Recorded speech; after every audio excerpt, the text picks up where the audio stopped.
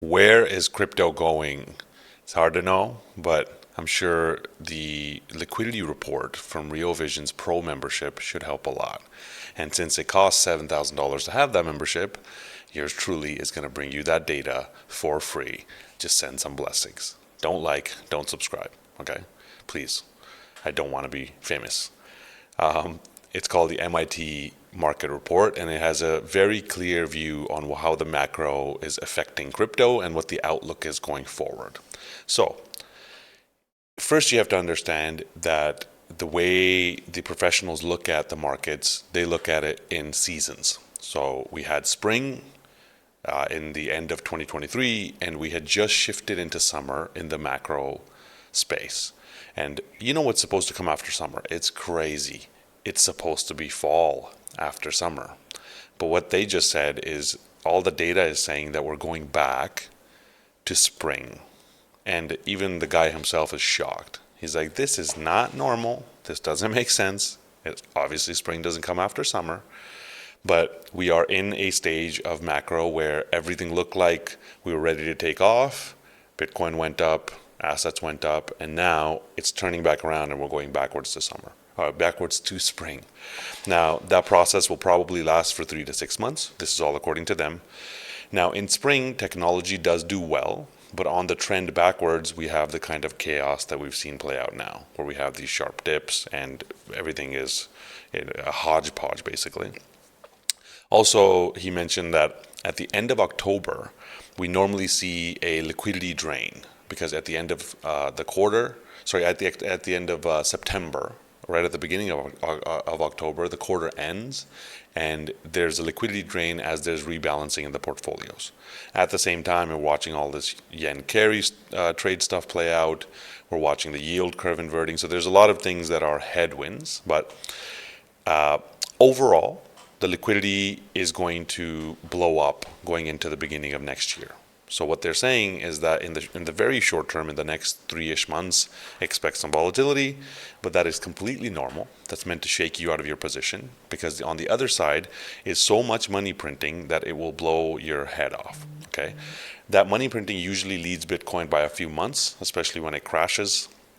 China's already printing money, and they usually print a decent bit of cash, bills, worthless paper, in the second half of the year. Okay, the European Central Bank should start printing in the second half of the year. They've already signaled they're going to do that. Now, the Federal Reserve, the big kahuna, should start printing when they drop the rates. Now, as I said in one of my previous videos, the moment they drop rates, they drop it because there's something wrong in the markets. It could be something that looks like recession, it could be something else, but the moment they drop rates, usually crypto falls.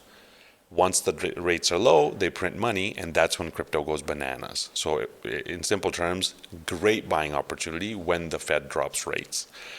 The global macro investor liquidity index is poised to break higher. Now, those guys are institutional grade in their analysis, and they have been right through all the cycles. So if they say it's poised to break higher, then it's poised to break higher. Now, does it just go straight up? No, there's probably a dip, then it goes up. We're watching unemployment is high. The yield curve is uninverting. And usually when both of those things happen, a recession hits.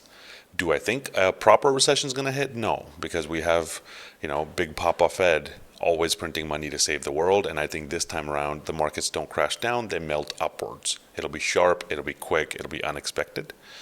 They are seeing BTC get ready for the usual thing and targeting 140 to 190K. My thesis is not that. That's where we disagree. I think 80K we top out. They think that Ethereum looks like BTC from 2023.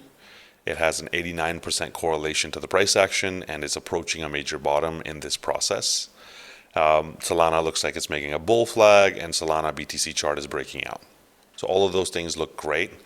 I think we get Bitcoin below 40K by end of the year. Before end of the year, I think Solana goes around $80 or maybe even lower as this market panic completes. Again, fantastic buying opportunity. I think the final buying opportunity, the final countdown.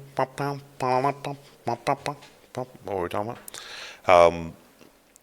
So the Ethereum chart looks fantastic. Total altcoin market cap looks to be making a bull flag. And basically a bull flag is saying that it's gone up and now it's going sideways for some period of time. And the next thing it does is it breaks up.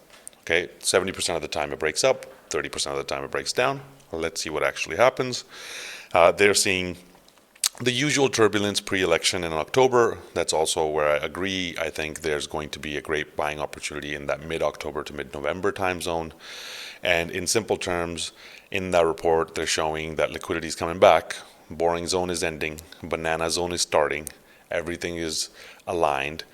But usually they don't factor in the kind of black swans that I do. So simple terms, dip, then pop, then lock, then drop, then dance your way to the bank because you're on the top. Nailed it.